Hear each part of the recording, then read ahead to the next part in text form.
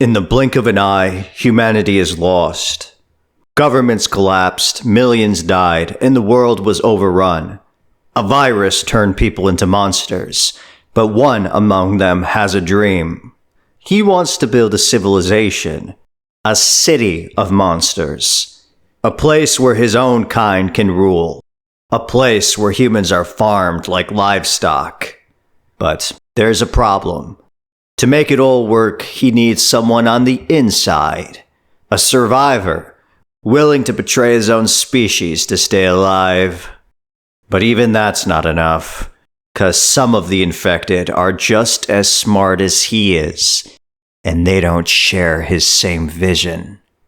This is the story of Smokeyville, and the nightmares that followed when someone finally tried to put a stop to it. Hey guys, it's your host Juan, back again for another Crossed episode. Today, we're covering the much requested Return of Smokey, collected in Crossed, Volume 17, aka issues 93 through 100 of the Badlands anthology series. It's actually two different story arcs, all written by Christos Gage. Neither of them have actual official titles, by the way. Oh well. Anyway, the art for the first arc was done by Fernando Heinz, and the art for the second was by Emiliano Urdinola. But before we get into it, make sure to subscribe to the channel so you can stay in the loop with all the latest videos. The more subs I have, the harder it is for my boss Paco to fire me. Also consider signing up for my membership program to get early access and other cool perks. But yeah, enough with all of that. Let's jump right in.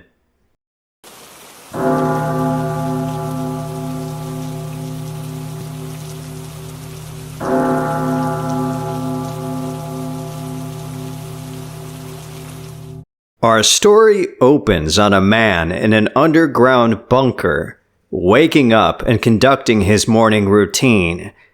His name is Cody, and he is our main protagonist.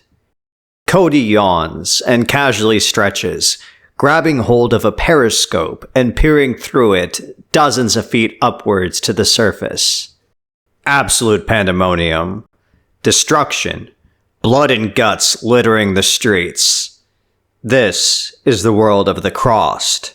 Humans infected with the virus, which makes them act on their most sinister impulses. Be that as it may, the camera feed gets blocked by a screaming man who covers it with his sweating face.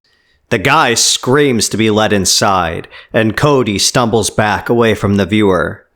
A woman named Tanya barges in, asking if it's the US Army, a question which Cody scornfully dismisses. But he does know who the man is, though. It's one of the men who funded the very bunker they're now currently standing in. Cody awkwardly cuts the audio as the crying man gets pounced on and penetrated by one of the Crossed's, swords. As that happens, another man, Lloyd, bursts into the camera room, scolding Cody for his cruelty. Cody basically tells him to shut the fuck up and learn his place. Obviously, if he had opened the doors, the infected would have swarmed inside as well, and they would have desecrated Lloyd's wife and daughter, who, by the way, Cody graciously let in once. And so from there, we actually do a flashback in order to explain what's going on here exactly. You see, before all of this, before the apocalypse began, Cody worked as the lead contractor building elite doomsday bunkers for rich folk across the country. Except the problem with all these prepper types is that you actually have to be near your bunker when shit hits the fan. And, of course, almost none of his clientele actually were. However, Cody was actually himself living close enough to a luxury bunker he built to scramble over there in good time. And so for a minute there, it looked like he might have been the only one to make it to the precious base. But then, the air over Cody's head began to buzz as a helicopter flew by and descended. And out popped a douchey finance guy named Bobby, who made his fortune pumping and dumping meme coins. Bobby swaggered over to the entrance with a shit-eating grin, followed by 2 women and his pilot. He ordered Cody to open up the hydraulic garage doors so they can put the chopper inside. But Cody protested that they ain't got time for that shit, and they needed to prioritize their safety first. And that didn't go over well with the tech bro. He went absolutely ballistic, screaming at Cody at gunpoint that he's the one who funded the project and brought in the investors, and that means he's in charge. Our protagonist threw up his hands in surrender and humbly agreed to do whatever Bobby asked. But it was all a farce. The literal millisecond Bobby turned his back to him, Cody shot him cold through the fucking head. And in a dark way, it was actually kind of funny. Despite working in the prepper business, Cody never actually believed the apocalypse would ever happen. He just did it for the money. But there, at the end of the world, he found out that he had that ruthless survival instinct buried within him. In an instant, people became either assets to him or obstacles who would hinder his chances of making it. Cody told the girls to go inside, and he turned to the pilot, demanding to know who he was and if he had any practical knowledge or experience. The shaken man stuttered out that his name was Ben, and that yes, he was a mechanic during Operation Desert Storm. Cody nodded at him in approval, and so the 2 went inside. And that turned out to be the best decision he ever made, 'cause now Ben is his number 2, and he's the only one Cody actually respects around here. You see, over time, a couple of the elite families managed to make their way to the bunker, and if conditions were safe enough, the doors were opened and they were let in. But, in short, they're fucking useless. Sitting ducks, really. That Tanya girl, for example, blubbers about the army coming every other hour. But they gotta make do with what they got. And as Ben points out, at least they're not actively evil like Bobby was. They're just weak, that's all. Nonetheless, the bunker's got plenty of food, filtered well water, and a garden. And it's gonna be summer soon, so hopefully the heat will kill the crust off. But until then, there's not much else they can do but wait.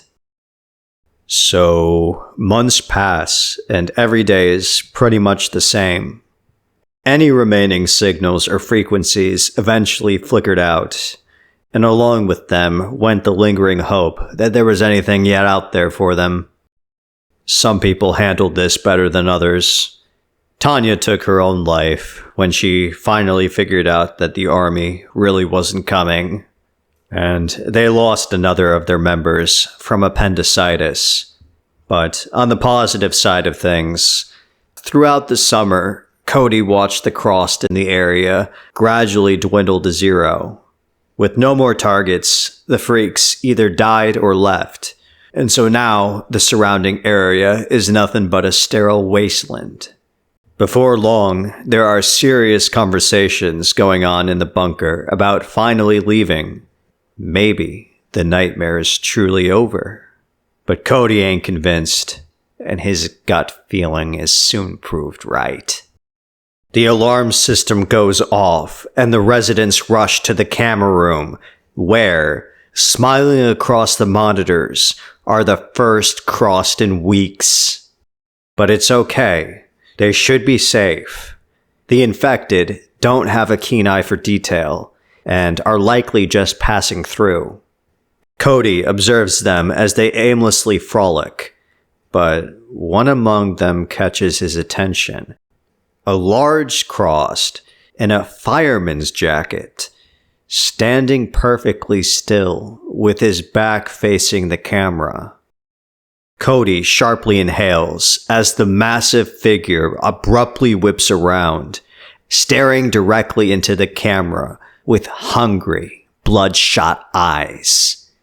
It's Smokey, the frightening, axe-wielding Supercrossed. Cody is so rattled he can barely choke out the order for lockdown. Everyone's eyes grow wide as the microphone picks up the fireman, taunting his little piggies to let him in. Lloyd starts to panic that he could block their air vents, but Cody reminds him that that's why they have multiple. But nonetheless, the group is forced to helplessly watch as Smokey smashes rocks into all of them one by one. A single vent remains, planted at a hard-to-reach angle on the underside of a ledge.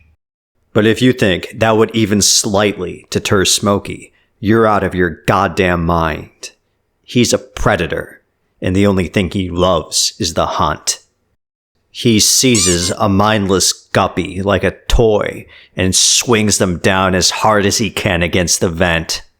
Smokey just completely cut off the bunker's air. On the inside, you could hear a pin drop. With sweat pouring down his face, Cody reassures the group that they have a couple emergency oxygen tanks, which will last about 2 weeks in total. One of the women copes that surely the blunt, impulsive Crossed would never wait around that long, right? But as Cody grimly mutters, something is deeply wrong. He should have noticed it before. The Crossed are wearing sun-protecting hats, and that's not something they would ever do on their own. There's something about the big one. He's the leader, and he's playing a different game from every beating heart that surrounds him. We jump ahead 10 grueling days. Sure enough, Smokey and his crew never left.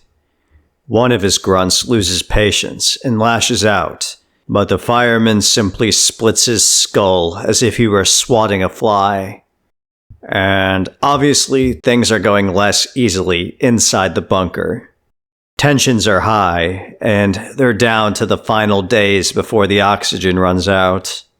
Lloyd suggests that they arm up and get ready to fight, but Cody snaps at him, calling him a useless dumbass who's never even held a gun in his miserable life. So why the fuck does he think he's about to become an action hero on the spot? Ben calms him down. The pressure is getting to their heads, so Cody puts his thinking cap on and comes up with a real plan. The bunker has 3 exits. The main one, of course, but there's also an escape hatch that leads to the woods, and there's a hydraulic lift that opens up in the garage. So Cody proposes that they gather at the alternative exit points and open up the main entrance. And when the Cross pour inside, that's when they'll make their getaway. The people at the garage should use the cars to drive away, and the people at the hatch should find the abandoned helicopter and fly off. Either path is a risky gambit, and Ben is the only pilot, so he has to go the woods route, but it's up to the rest of them to choose their own way, and they only have a couple hours to decide. And so there you have it. When dawn hits, the massive hinge gate grinds open, and the infected charge inside with eager grins. Cody and Ben wish each other luck, agreeing to meet in Waco and running their separate ways. Cody darts to the garage, where Lloyd and some others are nervously waiting in the cars. The Crossed, meanwhile, can be heard ransacking the place, growing closer and closer. With no time to spare, our hero punches the elevator control button. The machine begins to whirl as the monsters rip their way into the room. As that is happening, Ben and his fellows have successfully made it up and out the escape hatch. They locate the helicopter, and the pilot tells the others to stay put while he checks it out. He silently creeps up to it in a low shuffle. Everything seems well preserved. Ben fumbles around with the controls, but he is suddenly jump-scared by a loud thud as a human face is squished against the glass. Ben slowly looks up in primal terror at the disgusting, leering face of Smokey. He already got the other survivors. Meanwhile, Cody and the others have also made it to the surface, but waiting for them is a band of gyrating Crossed, wielding weapons. Our heroes rev up their engines and plow straight through the beasts. Or at least they try to. With the Crossed, it's never that easy. Lloyd and his family get got. They crashed their car and get dragged out kicking and screaming. But that's not too much of a surprise. After all, Cody did intentionally give them the worst car. Anyway, the rest do manage to break away. Cody hears the helicopter overhead, and he pops his head out the window, only to witness it diving in their direction, with Smokey on the inside holding his axe to Ben's neck. Cody slams on the brakes, but the others fail to see what's going on, and so the two forces converge as the fireman digs through the pilot's neck like an Al-Qaeda mujahideen. The helicopter plummets like a missile, and at the last possible second, Smokey hurls himself out the door, right before the chopper intersects with the cars in an earth-shattering explosion. The impact blast sends Cody's car flying through the air, and he gets fucked up and can hardly move. And the Crossed come barreling toward him, ready to play. A noseless Crossed reaches him first. It crouches down in Cody's face, shrieking that he got his nose. But then Smokey pops up and abruptly kicks him out of the way.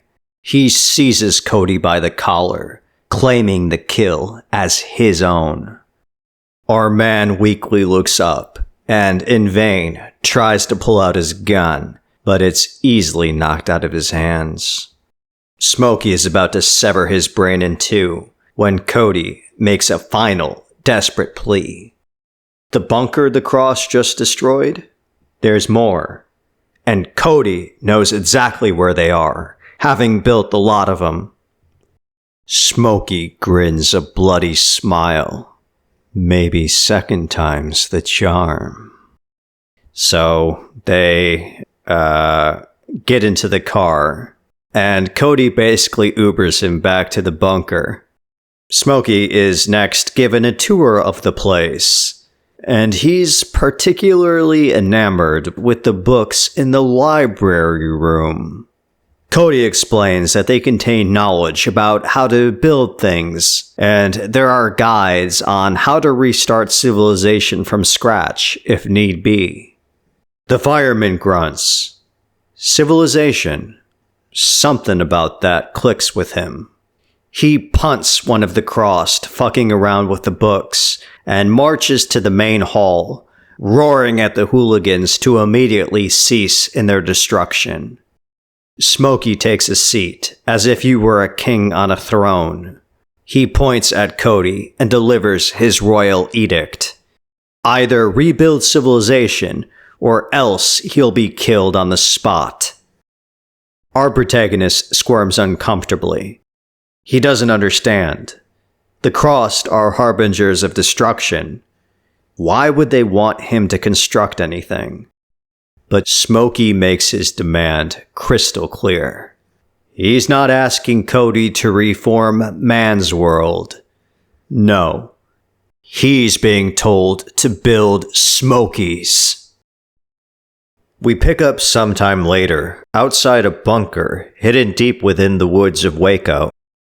Cody is calling to the inhabitants inside, claiming to have heard that there's a functioning military base nearby, and he offers to share medicine he has if they trade him some supplies.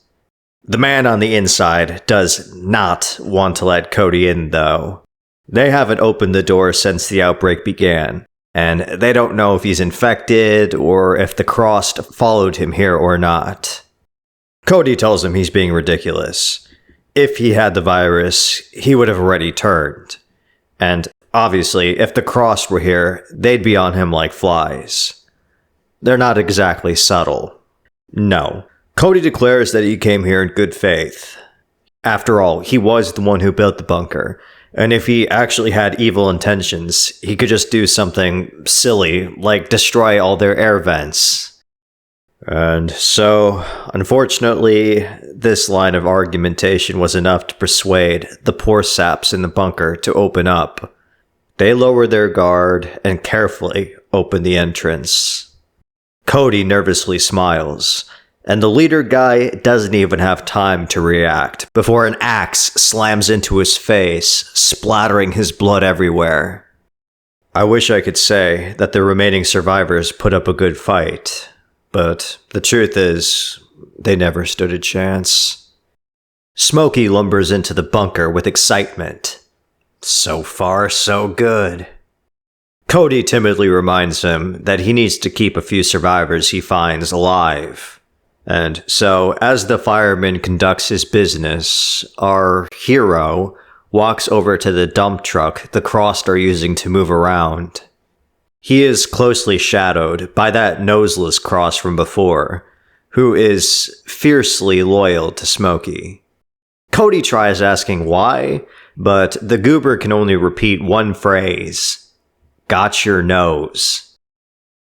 About 15 minutes later, Smokey returns with 4 terrified prisoners. Cody quickly adjusts his position and gets into character. Basically, he pretends to be this innocent soft boy who just so happened to be also captured.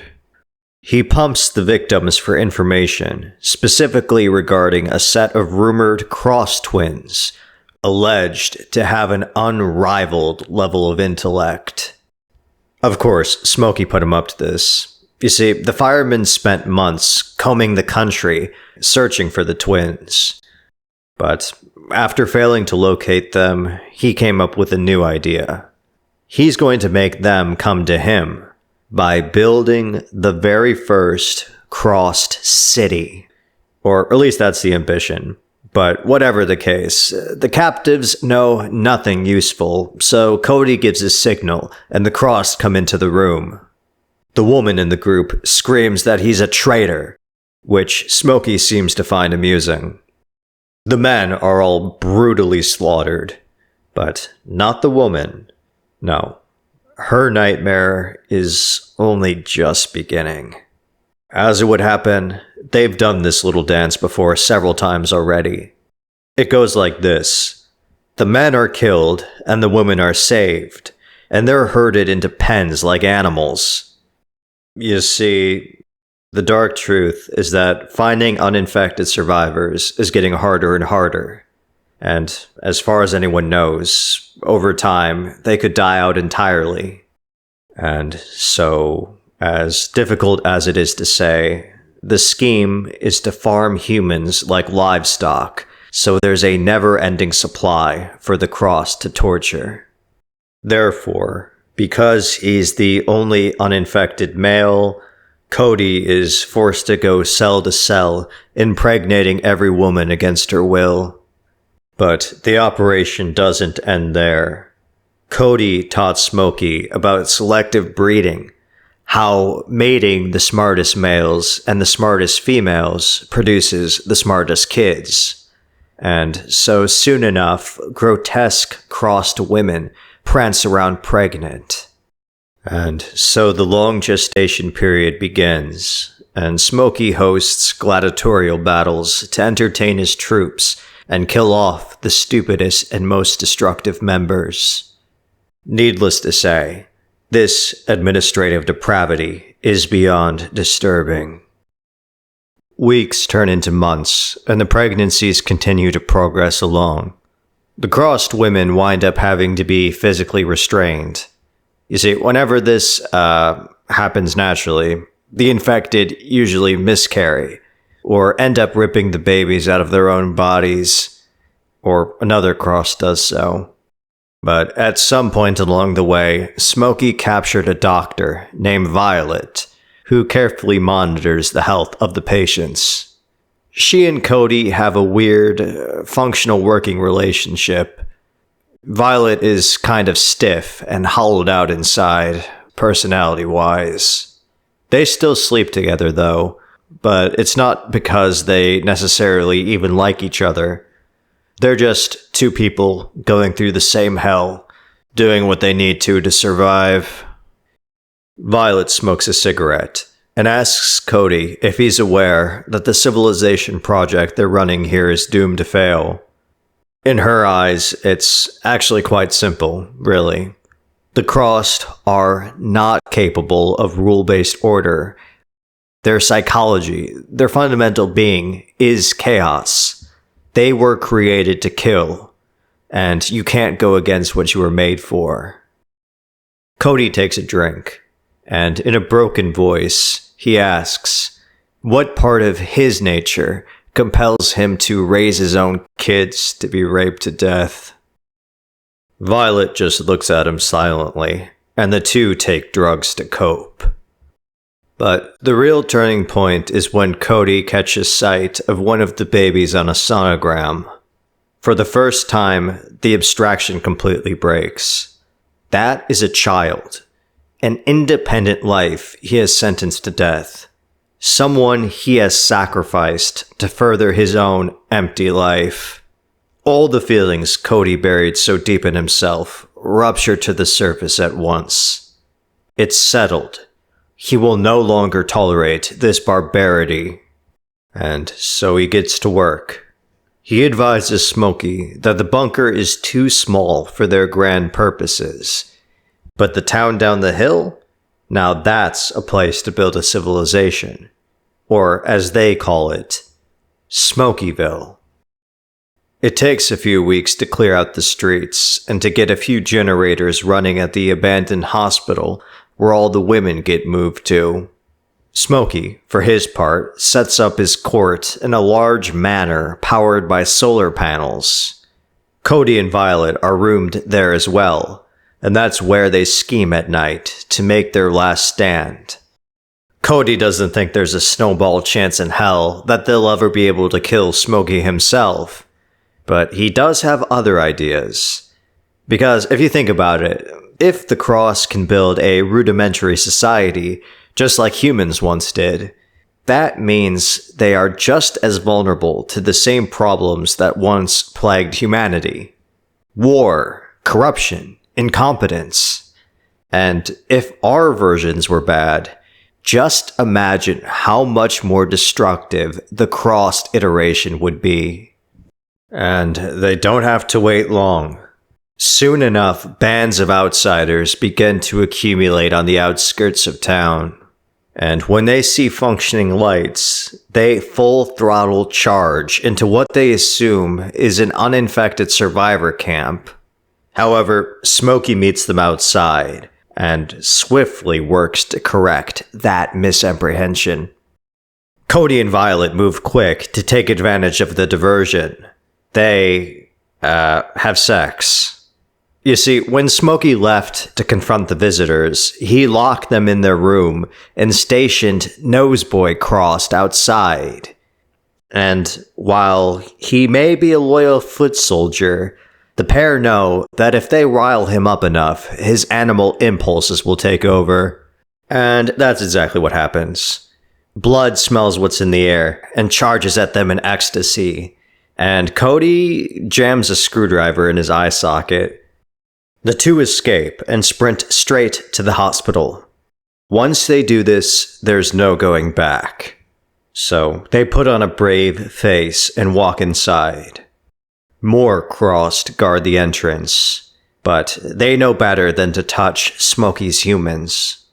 So they get by, and the plan is to gather all the pregnant women into the trucks outside and make a massive getaway. It's definitely a long shot, but it's what's right. The two look at each other in deep understanding, and they split up, with Violet going after the women and Cody going to retrieve some weapons and to kill any cross that could plausibly stop them. Our hero walks up to the crossed on post outside the armory. He tells them that he needs their help with something, and when the wretches go to follow him, he unexpectedly bashes their heads in with a crowbar. Cody returns to the gun room and grabs what he can, wasting no time and jogging across the hospital back to the delivery room. He finds Violet propped up in a chair, sitting in a still position. He grabs her shoulder and about falls over when he sees her face. "Got her nose," a familiar voice giggles. "Nose boy got her." He tore off her nose, gouged out an eye, and stuck them both onto his twisted face. With a look of pure hatred, Cody shoots him down. But as the gunshot loudly echoes through the halls, he realizes what he's just done. That was way too much noise, and now more will come. It's no longer possible to get the women out and away. There's just no time. Cody peeks into the room. The crossed, chained up and twitching on one side, and the pregnant women huddled together on the other. But as he hesitates, more crossed come running at him, and Cody is forced to blast them down, drawing even more attention. But it's not going to matter soon. He didn't want it to come to this, but now he's forced to go with Plan B. Cody looks downcast at his weapon. He's going to have to do one more cruel thing. And then maybe, just maybe, things will finally be made right. Maybe he won't have to hate himself as much for all the things that he's allowed himself to become. But as the man loads in the bullets, the gun falls out of his hand. Or perhaps I should say, his hand falls out of his wrist. Smokey just cut it off. Cody screams in pain, but he's silenced when the crossed grabs his neck and lifts him up into the air. As he squirms, he thinks about the fate of the women, of the kids, his kids. But truthfully, it's out of his hands now entirely. Smokey presses his face against the window, shouting at him to gaze at the town that they made. But then the fireman brings the man's face to his, and he growls through his teeth that Cody's role is done. He's no longer needed. And with that, Smokey throws him screaming through the glass. Cody plummets to the ground face first, and his head splatters across the pavement like a melon. Smokey grins with satisfaction. But then his ears perk up. He hears muffled laughter coming from the birthing ward. He breaks down the door in alarm and stands stupefied at what he sees. His nightmare has come to life. The room is a mess of blood and gore. Everything he's been working toward for the better part of a year has been destroyed. The babies are dead, and all the mothers were either killed or infected. And his own followers are responsible. The second no one was looking, they abandoned all restraint and gave into their immediate homicidal urges. And now they hiss at Smokey in open rebellion, and he completely loses it. He incoherently shrieks and slams his axe up and down in an uncontrolled, white-hot rage. The fireman throws his head into his hands. What happened? How did everything go so wrong? He stumbles out to the street in a haze.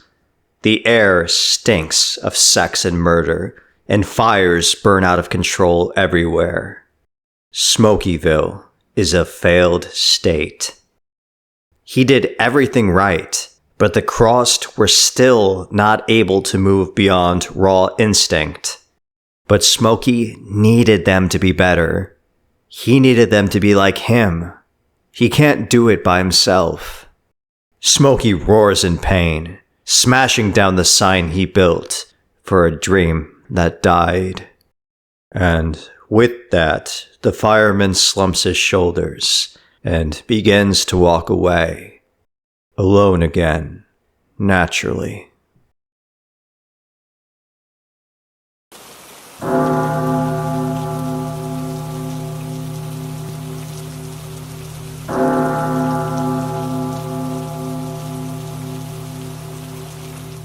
The next arc picks up in the gloomy weeks following the fall of Smokeyville. The titular Crossed for whom it was named wanders around, stuck in a deep rut. He goes from state to state without even registering what's in front of him, just going through the motions. From Texas to Louisiana, and from Louisiana to Mississippi. He encounters many Crossed along the way, but for the most part, he tries to ignore them. If he looks at one of them for too long, all the rage returns, and he crashes out. Which is what he's doing one cool evening, when, along with some others, he spots a Navy cruiser sailing under the moonlight in the Gulf. Humans. Now that will bring a smile back to Smokey's face. The crew on board is searching for an old military base in the area, which will have the food and supplies they so desperately need. But now they have bigger problems on their hands. The quiet night erupts with screeches as the Crossed race speedboats toward the ship.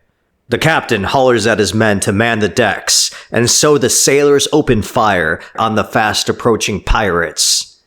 And the survivors even find this amusing. The beasts are charging straight into their gunfire like short-sighted idiots.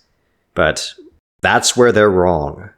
The main force here was just a distraction, so that a stealth boat could sneak around to the other side of the ship. Smokey and a small band climb on board, and it's never been more over.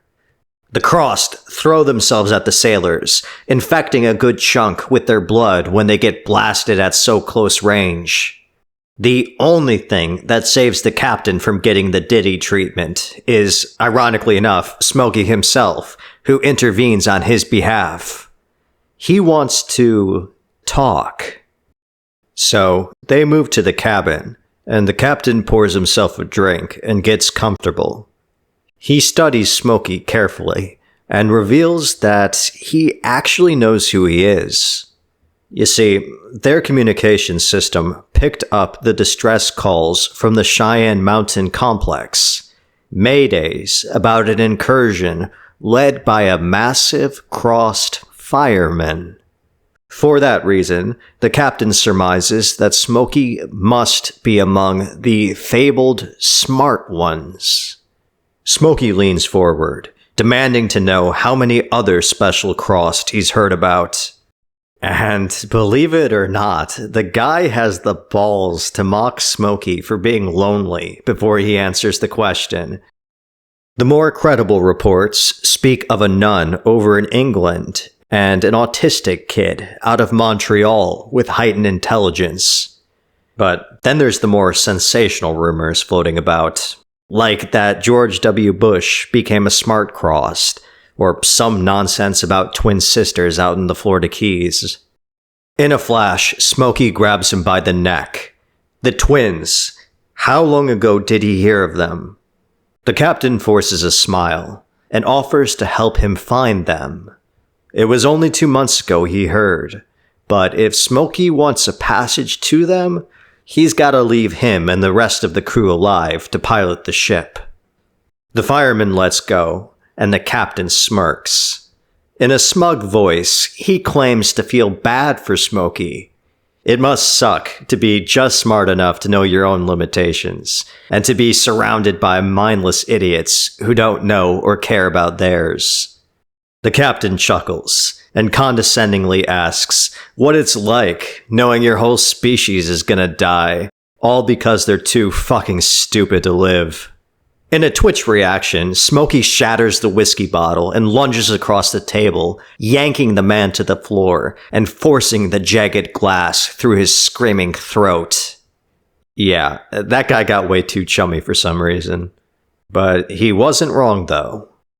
Smokey returns to the deck and finds that the others have already massacred most of the remaining crew against orders. He manages to save a few, and he grants them his full protection on the promise that they dutifully sailed the ship wherever he should so command. Which, of course, means they're going full steam ahead to Florida. It takes them a couple days at sea to finally reach the lands of Key West, and they immediately run into problems. The Crossed on the island assume the boat is full of uninfected survivors, so they gleefully work to sink it like battleship. They fire a rocket launcher, which rattles the cruiser deck in a fiery blast. Smokey yells over the noise to shift the boat into maximum propulsion speed, and so the massive ship rams into the shoreline so hard it tips over, and the Crossed use the momentum to seamlessly fly into battle. And so the Crossed Wars begin as the two factions try to rip each other apart with their bare hands. Smokey gets some good licks in, but he eventually realizes that while this is all kind of badass, it's also rather unnecessary. So he throws up his hand in ceasefire and simply says the word, twins. And the Crossed know exactly who he's referring to. The queens of the island.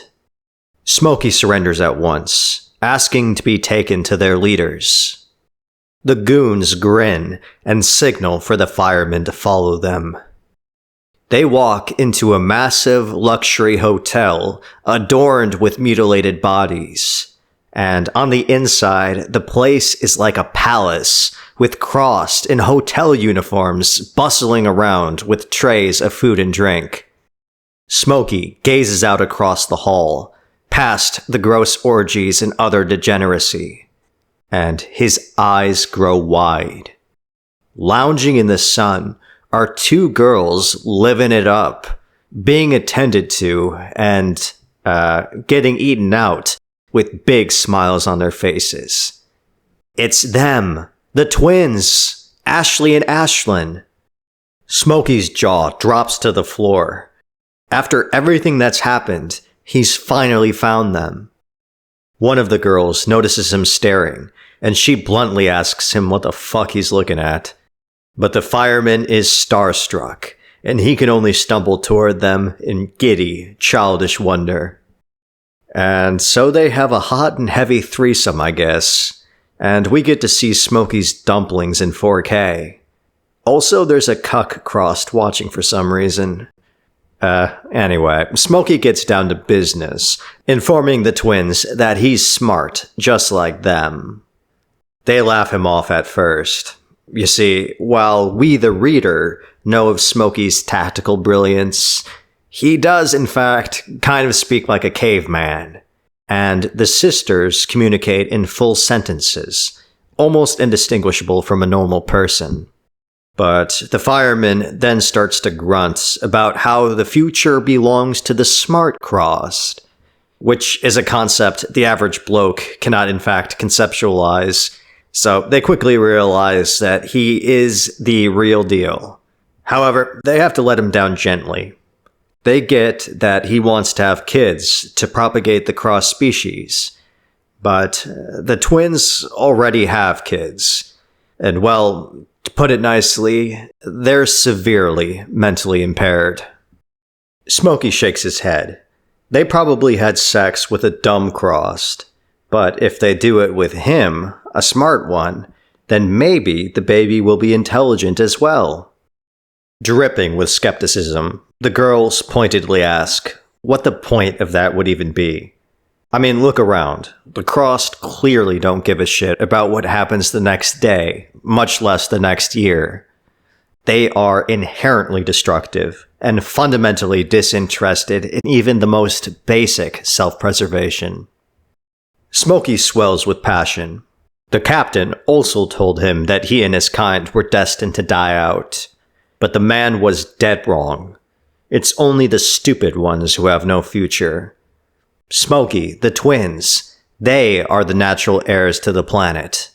The world rightfully belongs to them. They just have to build it. The twins shrug and strip off their clothes.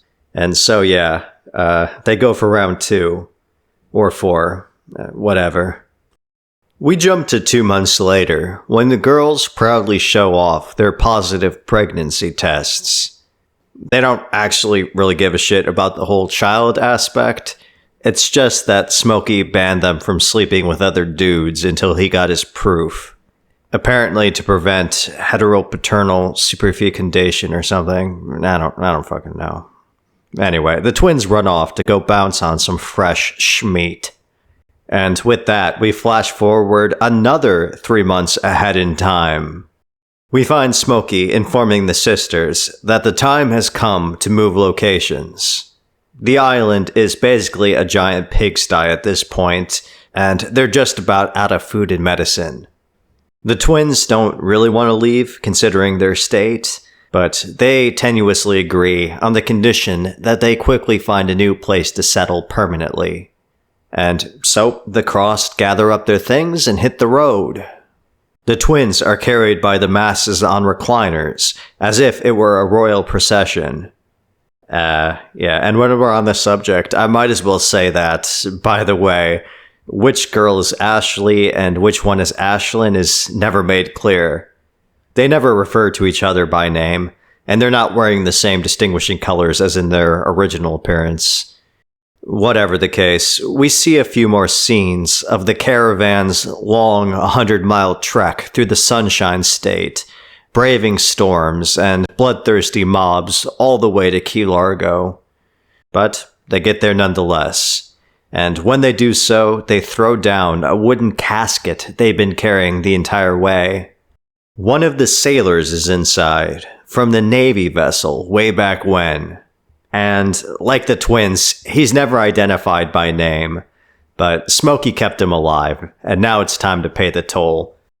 The fireman picks him up and demands to know what they need to do to best survive. The guy catches his breath and stutters out that they're going to want a place with a steady supply of food, but not the cities, definitely not the cities. Unless you are looking for death or disease, the best bet is some isolated place, ideally with its own power source, such as solar panels or windmills.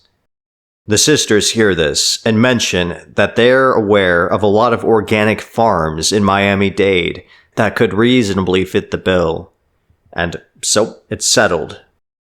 They eventually locate the perfect place, and with that, Smokey's homestead is born. There isn't much in way of structure, but there's a good lot of acreage, and I guess the previous owners were beekeepers, because there's a lot of artificial beehives, which, of course, is a routine source of honey. The twins are less enthused about the house interior, though, as it's rather drab, and kind of a huge step down from the luxury buildings that they got used to. But the sailor guy manages to divert their attention by getting the TV and air conditioning working, and he promises to bring them whatever they want or need if they agree to cooperate. So the sisters put together a shopping list. They want beds, weed, recliners, and most importantly, porn for them to watch on the television. So yeah, Smokey heads into town, and is pretty much just an excuse for us to get another scene of him aura farming. But the trip was successful, and the girls get what they requested. Well, except for the weed. Smokey puts his foot down there because it would be bad for the health of the babies. However, he gets immediately challenged. With a cruel sneer, one of the twins asks him if he knows what would really be bad for the babies. If they stick a knife to their guts and cut the little bastards out. Smokey recoils in alarm, but ultimately he has no choice but to hand over the bud. The fireman hangs his head and walks out the door, and the Navy man trails after him, trying to lift his spirits. The pregnancies are probably far enough along that the smoking damage will be minimal, and on the bright side, just take a look around. Smokey has built the community he has always wanted. Sure, it's a little messy, but look, some of the Crossed are farming, and there's a nice pen of human prisoners they can pluck like apples from a tree. Things could be pretty alright here. 3 months later, the twins give birth. During the process, they loudly shriek, but not from pain. Cross love that shit. It's from pleasure. The sailor delivers the baby, and they berate him the entire way. But it goes through without a hitch. The child is born. It's a healthy, but infected, baby boy. The fireman holds his son with joy. This is the birth of an empire. Smokey immediately starts to unbuckle his pants. It's about time to make some more, bitch. The twins ask if he's out of his fucking mind. They just gave birth and they're not incubators. But Smokey doesn't want to hear it. He pins one of them against the wall, but she just laughs. If they're gonna go that way, they can't stop him from getting them pregnant, but he can't stop them from ending it. The fireman looks at them in distress. Why? Why don't they care about the babies, about seeding the future? The girls snort. What did the future ever do for them? There are no rules, and they can do whatever they want, and what they want is pleasure, and they want it now. They leave, and the sailor tries to cheer Smokey up again. Surely they'll come around when they see how smart their children are. But until that day, all they can do is hold order around here and maintain the property. And so the Navy man is put in charge of managing the babies. And that was that. 4 months later, and things are holding up well at the homestead. It actually kind of looks like a functioning community. Or at least it's better than the transient former experiments Smokey got caught up in. Of course, some of the Crossed step out of line every now and then, but they're put down the very second they start causing problems or inciting disorder. So, all in all, on the outside, it's a pretty well-run machine, all things considered. However, underneath the surface, there's some hidden rot. Smokey's relationship with the twins never really stabilized. It's become a major source of delight to them to antagonize the fireman and undermine him every chance they can. Smokey snatches the baby away from the smoking mothers, and he is overjoyed when the lad makes a sound, seemingly approximating the word Dad. The girls call him a moron. It was obviously just babble. But before he can respond, his attention is diverted to the cries of the security force on watch outside. There is a massive, overwhelming mob of infected menacing their way toward the humble homestead. Smokey and his boys crack their necks and arm up. This is war, son. Smokey lets out a fierce battle cry, and as the invading army pours through the gate, he leads his followers on an epic Avengers charge. The fight is intense and savage. A giant among Crossed, he cuts through anyone who steps to him like paper. But it's never ending. They defend themselves one day, and then wake up and do the same thing the next. 6 months later, they are at war with the raging horde of red-skinned freaks. They wind up surrendering, and the ones still standing are assimilated into the community and given jobs. And if you've read the Homo Tortor arc, these guys might look a little familiar. Even though that was supposedly said to have taken place like 75,000 years ago. Anyway, Smokey steps into the house, and one of the girls informs him that his boy is speaking for the first time. The fireman practically skips up the stairs. He eagerly grabs a hold of the kid with a big smile, and, with all attention focused on him, the lad barks out a single word. Cunt. Smokey is dumbfounded, and the woman starts to cackle. But Smokey's in denial. Almost in a frenzy, he chatters about the intelligent crossed in England and Montreal. It's not too late, they can still find them. The girls glare at him in contempt. They got everything they need right here. They do make fun of him a lot, but they acknowledge that he managed to build something genuinely stable. Why can't he just accept that and move on? But this is not a debate to Smokey. He's in charge, and they're going on the road again, whether they like it or not. The girls angrily raise their voices. They'll almost certainly die along the way if they're forced to travel all the way to Canada, or God help them, to England. So one of them pushes the child at Smokey and asks him to save them all the trouble by killing them right here if they're all these such massive disappointments to him. The fireman grits his teeth and stares into his son's eyes. But he just can't do it. With a devastated look, he gives the baby back and walks away. Behind him, they're already laughing, calling him a fucking loser and a complete pussy. Having to give up his ambitions to take care of them. What a fucking joke. Smokey goes downstairs and rifles through the fridge, grabbing 2 beers and handing one to the sailor. The pair move outside and quietly sit on the porch. They overlook an empire of dirt that's now become a prison.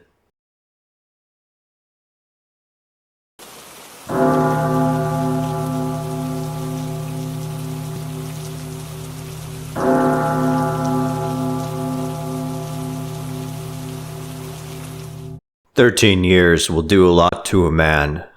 In that span, he'll grow gray, accumulate scars, and the choices he made a decade ago will become the patterns he lives today. And in Smokey's case, he's had a rough go of it. He rarely speaks anymore, certainly never smiles. His clothes are torn, and he idly lounges, surrounded by countless empty bottles. His eyes are dulled and soulless, and maybe that's why the world doesn't seem as bright as it used to. But nevertheless, the homestead stood the test of time, and that's impressive, all things considered. Or at least that's what the old sailor tells his drinking buddy. His ex-wife used to tell him all the time that he needed to slow down and live in the moment and appreciate what he got. So Smokey too should be happy, even if he never did reach the civilizational achievements he once dreamt of. But the fireman is unreactive to all this. He just stares blankly ahead. He gets up only when a set of familiar faces show up at the porch. It's the twins, who, with devilish smiles, lead in a troop of uninfected prisoners they have just caught on a weeks-long hunting expedition. They inform Smokey that they picked up some medicine and guns as well, but that's not what he's interested in. He wants to know if they asked around for rumors of any smart crossed. The sisters roll their eyes, and a teenage crossed grunts out the word cunt and crosses his arms. He is their son, grown now and big for his age, but seemingly still only able to say that one expression, and so that's what he's named after. In any case, the girls confirm that they heard the same bullshit as always. Mystical smart crossed in LA, Canada, Tennessee. Smokey quietly notes that Tennessee is not all that far, And it's here where the twins completely lose it. They shriek like harpies, asking what the fuck is wrong with him. Genuinely, how is it even fucking possible that after 13 years, it's the exact same bullshit? There is never going to be a cross-civilization. There's never going to be a cross-government or a cross-space program or whatever other half-wit delusion he cooks up this week. Holy shit, it's time to grow up. Look, if they should go anywhere, the twins say it should be to the far north, where survivors are said to have banded together to establish communities. But definitely not on some fantasy quest Smokey has failed to make progress on in over a decade. In response to all this, the fireman just seethes in burning hot rage, and ultimately he takes it out on a random crossed who looked at him funny. The twins snicker and walk off unimpressed. And I guess Smokey's short-fuse rampages went well into the night. He's in the middle of making paste out of a cross face when the sisters call out to him in a sugary voice. They apologize for being so mean earlier. It was ungrateful, considering everything he's done for them. For that reason, they encourage Smokey to go ahead and take a small squad with him to Tennessee. They can handle things here until he comes back, and hopefully he finds what he's been looking for out there. And if so, they can talk about how to best move forward together. The fireman is slightly taken aback by this sudden change in tone, but the overwhelming excitement he feels overpowers all the rest. So, the next morning, Smokey and the sailor, along with some others, begin their hike. Obviously, it's been several years since the fireman last roamed, and to think that's once how he primarily spent his days. Regardless, the Navy man tries to make conversation. He asks Smokey why he allows the twins to openly disrespect him all the time. Or better yet, why didn't he kill them all those years ago? The fireman mumbles that the uninfected people thought the crossed existed only to kill and to die, but he can't accept that. And that's what made killing the twins, then or now, so difficult. He would be admitting that he failed, and that the people who doubted him were right, that he couldn't ever be anything more than he is now. The sailor smiles. Once upon a time, he wanted to be an MMA fighter, and so he gave it an honest go, and he was pretty shitty at it. So he joined the Navy instead. But part of him always wondered about what would have happened if he had stuck with it. Maybe he could have been part of the 1% who managed to break through. But he had a stable career and a good life, so in the end, he learned to love what he had. But really, that was just one path. The other path is to just say fuck it. Give yourself fully to chasing your dreams, even if there's a real chance you could fail along the way. Hey, at least it would be on your own terms. And maybe that's the path Smokey was meant for. The fireman halts in his tracks. He looks down at the man and tells him to go north, where the survivor communities are supposedly being built. The sailor breaks out in a huge smile. Never in a million years did he ever think he would be let go. Stoic, the fireman suggests that he grab some extra supplies, and the man gratefully nods. As he gathers what he needs, the sailor gushes about how much Smokey surprisingly meant to him. He never really had anyone, even in the old days before the outbreak. But in Smokey, he found what may be the closest thing he ever had to a friend. The fireman steps behind him and whispers back the words, "Me too." And with that, he grabs the sailor's head with his powerful hands and twists hard, breaking the man's neck. He looks to the tree line and shouts that they can come out now. He knows they're there, and there's no point in hiding. And sure enough, the twin sisters and cunt pop out of the brush with heavy arms and amused faces. They glance at the sailor's dead body and state that mercy killin' was a hell of a lot nicer than what they were about to do to him. But Smokey got to him first, and he did the noble thing, and yada yada, who gives a shit. That's all about to be yesterday's news, 'cause the fireman's time is up. He's outlived his usefulness. The twins know how to run things fine on their own, and as they point out, at least half of the crossed at the homestead will always favor Smokey over them, so he's gotta go. Nothing personal, though. There is a soft, attention-drawing cough, and an even-tempered voice suggests that the women get a move on and shoot him already. Smokey jerks his head in a shocked double take. It's cunt, speaking in full, refined sentences. The kid asks what the fuck he's so surprised about. The fact that he couldn't talk well when he was literally one? What a fucking idiot. The girls laugh. Yeah, they taught the kid a thing or two. Turns out he's smart. Really smart. Maybe even the smartest of them all. Not that Smokey would ever notice. He was too busy being a deadbeat to ever look closely at his own son. And so he bought the one-word deception. Hook, line, and sinker. Smokey is so disoriented by this revelation. It's as if the ground fell out from underneath him. And that's why, ultimately, he's too slow to the draw when the twins raise their weapons and fire at him. The mighty fireman falls under a storm of bullets, dropping his axe and collapsing backwards into the raging river. The assassins rush to the ledge and peer into the water, finding nothing. Not even a trace of him. Mildly disconcerting, perhaps, but they assume he's dead. And if not, well, they'll keep an eye out. Cunt reaches out his hand for the axe, but his mother snaps at him to leave that trash where it belongs. It's bad enough that he already looks so much like his father.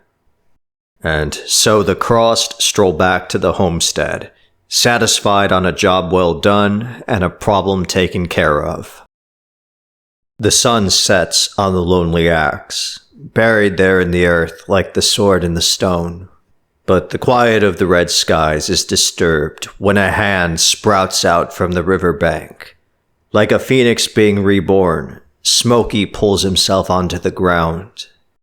He stabilizes himself with his old weapon and smiles. He was right.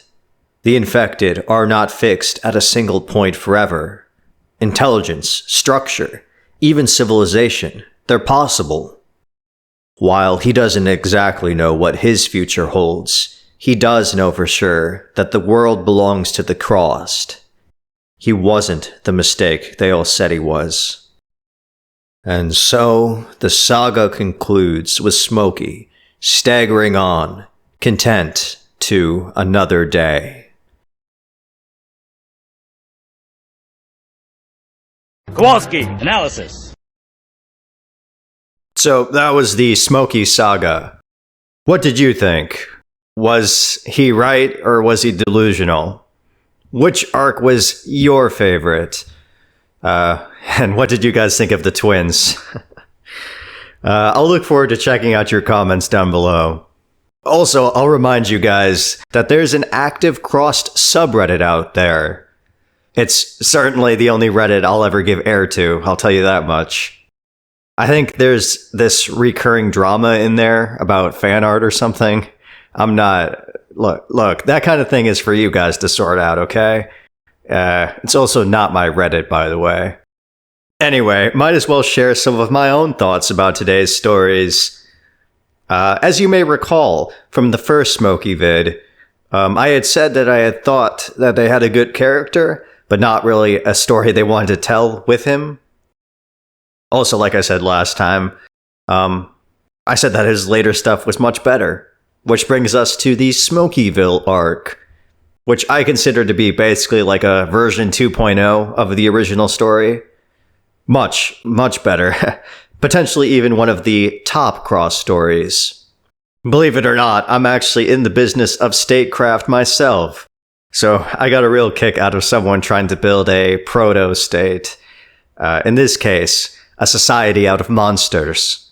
Fun stuff. Obviously didn't go well for Smokey, and that is the Greek tragedy of it all.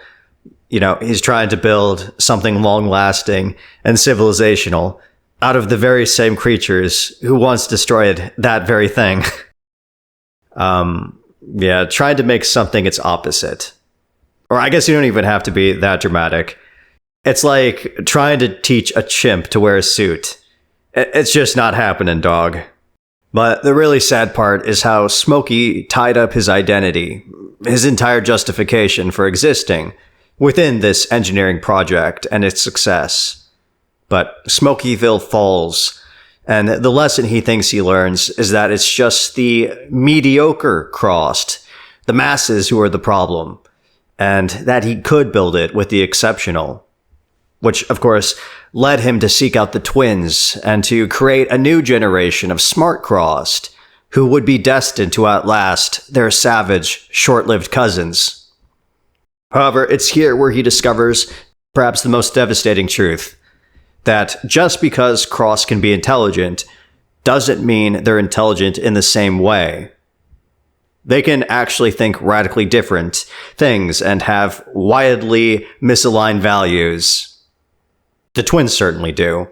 They're not oriented toward legacy or continuity like Smokey is.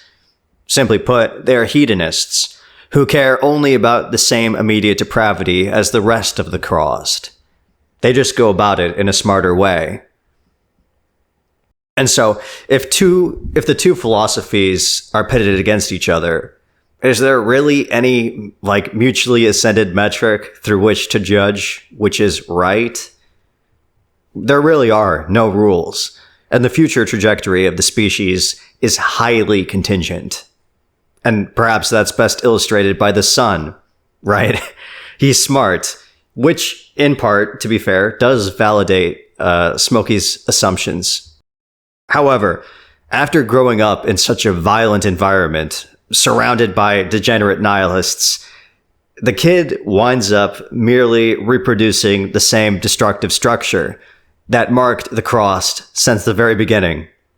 Anyway, so that's all the thematic stuff, I guess. I'll end things by, unfortunately, having to criticize the twins arc a bit, because I thought it was, unfortunately, a huge step down from the Smokeyville one.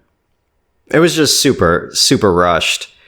Constant time jumps, while at the same time having several filler artwork-only pages, which made the story kind of hollow, especially as a finale to the entire Badlands anthology. Honestly, it screams like last-minute assignment.